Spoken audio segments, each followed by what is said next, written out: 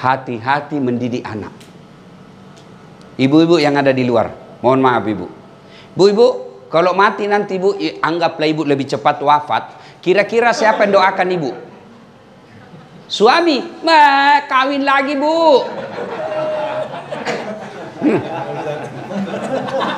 Dia dengar istri saya ini Pak Waka. Dia bilang, jadi Ustaz nanti kalau saya meninggal, Ustaz mau kawin lagi. Saya bilang, kau sini sayang. Saya peluk dia baik-baik, baru saya bilang, sayang dengar baik-baik ya. Jangankan kau meninggal, masih hidup kau saja. Nah saya selalu berpikir mau kawin lagi. Takut tidak, bukan saya takut, cuma tidak enak, repot.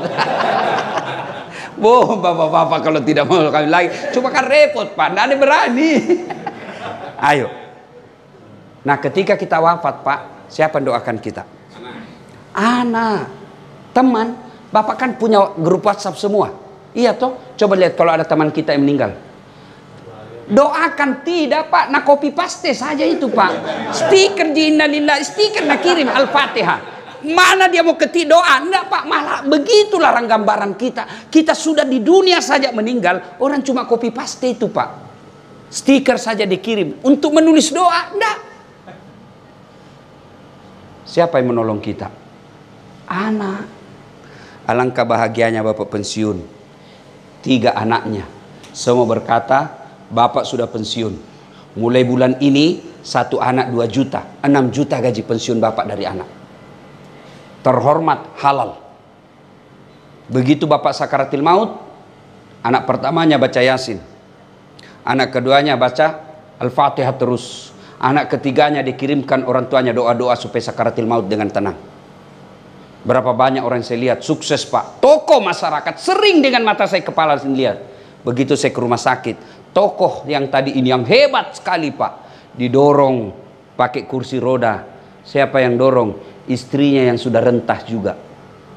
Padahal tokoh, mana anak-anaknya? Semua sibuk. Dan saya pernah melihat orang meninggal. Begitu saya mau pergi ceramah, dia telepon saya, istrinya, Ustaz tolong ke rumah Ki dulu, saya mau pergi ceramah, tolonglah Ustaz. Menangis dia, oke saya ke rumahnya. Meninggal suaminya, tidak ada yang ngurus suaminya, tidak dia tahu ini. Saya bilang, mana semua anak-anaknya? Sibuk semua Ustaz. Saya minta nomor telepon anaknya, pengusaha di Samarinda. Tabek Daeng, meninggal bapakmu. Ditunggu kok atau bagaimana? Apa jawabannya? Oh, sudah lama memang sakit itu bapakku. Jadi bagaimana? Biar saya pulang Ustaz, tidak merubah keadaan. Lalu bagaimana Ustaz? Bagaimana Daeng? Gampang. Kirim nomor rekeningnya Pak Ustaz, seluruh biaya pengurusan dan pemakaman jenazah saya transfer, Ustaz yang urus. Gimana kalau kita sudah setengah mati Pak, merantau kiri kanan supaya anak kita bisa sekolah, supaya anak kita bisa beli mobil, ternyata begitu kita pensiun tidak ada yang menghormati kita. Nauzubillah min dzalik. Maka hati-hati mendidik anak. Kalau bapak yakin tidak bisa didik anak, masukkan anak kita ke pondok. Biasa istri komplain itu, kasihan anak saya cuma makan tempe tahu, sekali seminggu makan ayam. Pak, daripada di luar makan narkoba. Bapak kan polisi, tahu kan semua. Saya ini tidak berurusan dengan narkoba, tapi setiap saya masuk ceramah lapas, mau lapas maupun rutan, penghuninya 80% narkoba. Bapak kan semua tahu, 80% penghuninya narkoba. Sudah penjara umum ada penjara khusus narkoba overload, penjara pun banyak di dalamnya. Narkoba mengancam anak-anak kita. Anak kita di rumah aman, anak kita di sekolah aman, tapi jarak dari rumah ke sekolah, sekolah ke rumah itu yang tidak aman.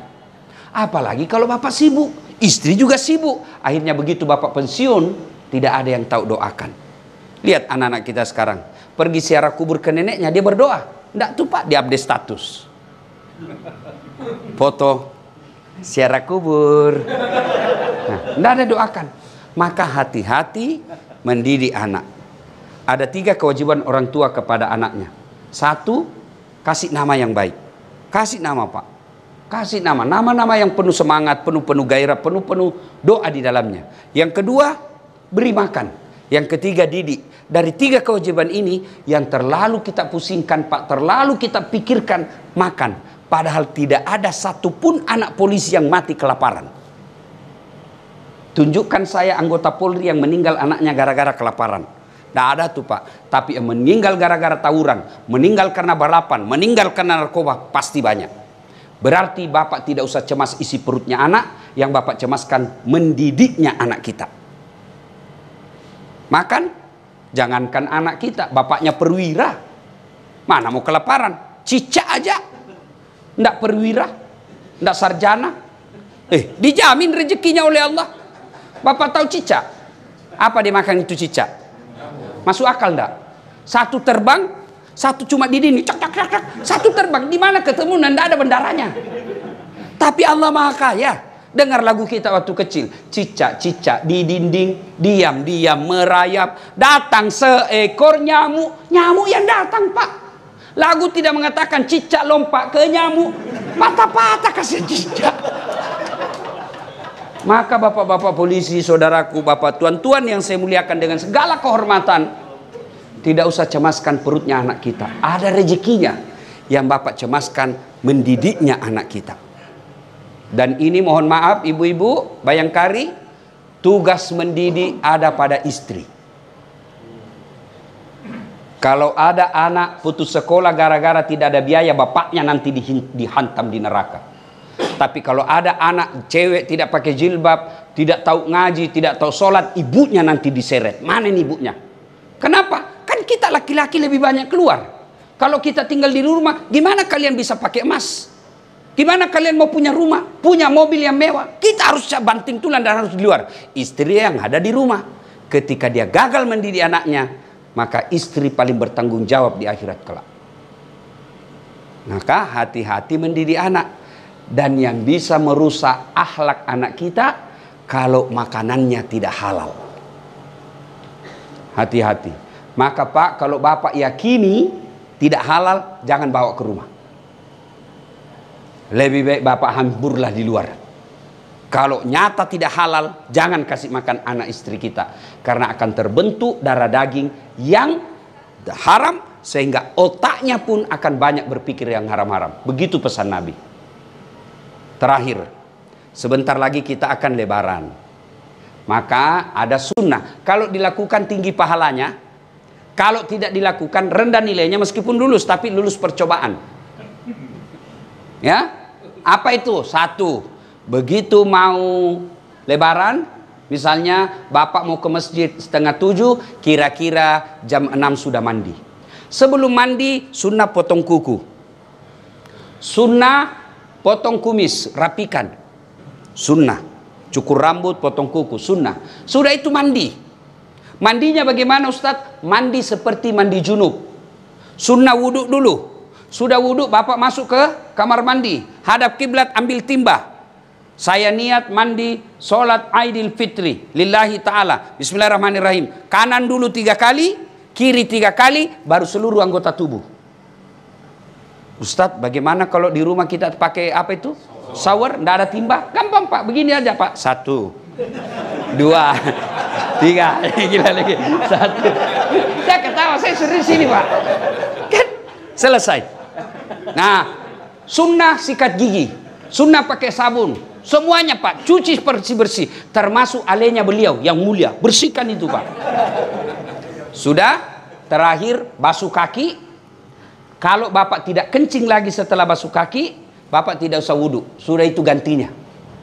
Tapi kalau mau lagi merasa tenang, ndak nyaman rasanya kalau saya tidak wudhu, silahkan wudhu lagi. Sudah wudhu, berpakaian. Sunnah berpakaian yang indah. Itu perintah surah Al-Jum'ah. Pakaian yang indah bukan yang mahal. Pakaian yang indah itu halal, bersih, suci. Dan sunnah pakai putih. Kalau pakai baju hitam boleh? Boleh, tapi tidak sunnah. Kalau perempuan disunnahkan memakai baju yang tidak mencolok, supaya tidak menarik perhatiannya suaminya orang. Ya? Apalagi kalau suaminya orang sudah lobet. Kan ada itu yang tua sekali suaminya, istrinya masih muda. Biasanya ini layangan putus. Nah itulah sunnahnya. Sunnah perempuan tidak bercorak terlalu terang. Sunnah berikutnya lagi, bapak sunnah memakai parfum. Kalau tidak ada mahal, parfum palsu sekalipun boleh. Kalau hari itu tidak ada sama sekali pengharum ruangan ambil Pak, semprot. Ya. Sunnah memakai wangi-wangian. Tidak ditentukan parfum, pakai wangi-wangian. Kalau dengan pengharum ruangan sudah wangi, itu sudah sunnah.